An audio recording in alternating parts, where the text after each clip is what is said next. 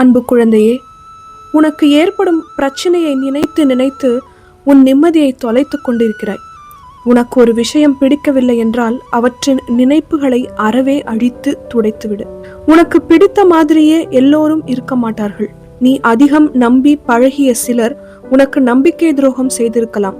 அவர்கள் செய்யும் சில செயல்கள் உனக்கு வருத்தத்தை ஏற்படுத்தி இருக்கலாம்.